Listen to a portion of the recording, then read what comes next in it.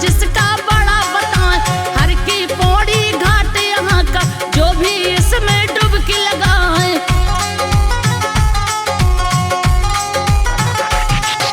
भूल जाते पाप हमारे मन को शांति मिले बताएं। जीवन खुशियाँ भी आती बेकार भी तो धुले कहाँ। मान रखिए अगर आस्था देखा इसका असर दिखाए। इसको केवल जल समझेंगे कुछ भी पुण्य मिलेगा ना।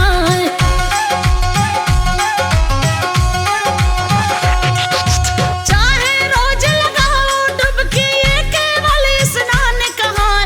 किसी भी पानी से हम जैसे लेते हैं स्नान बनाए। वही असर महसूस करेंगे जो हम जाने दिए बताए। जैसी जिसकी रही भावना वैसा फल उसको मिल जाए।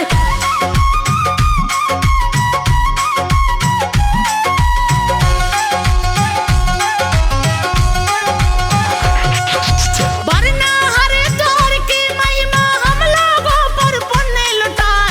एक तो गंगा मैया पावन और दूजे तेरे देव कहाँ। साक्षात है स्वर्गीय भूमि सच्चे मन से यहाँ पे आए। देवताओं के होंगे दर्शन इसमें कोई शंका न है।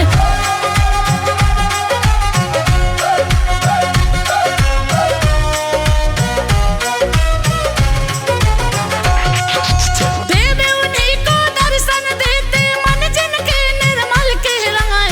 हर की पौड़ी हरिद्वार की बड़ी ही पावन है बतलाएं। श्रद्धा प्रेम लगन भक्ति से एक बार तो डुबकी लगाएं।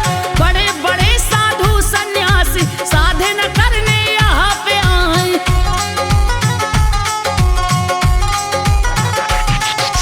चकाचौंध से दूर बुरते वीराने में बैठे कहाँ।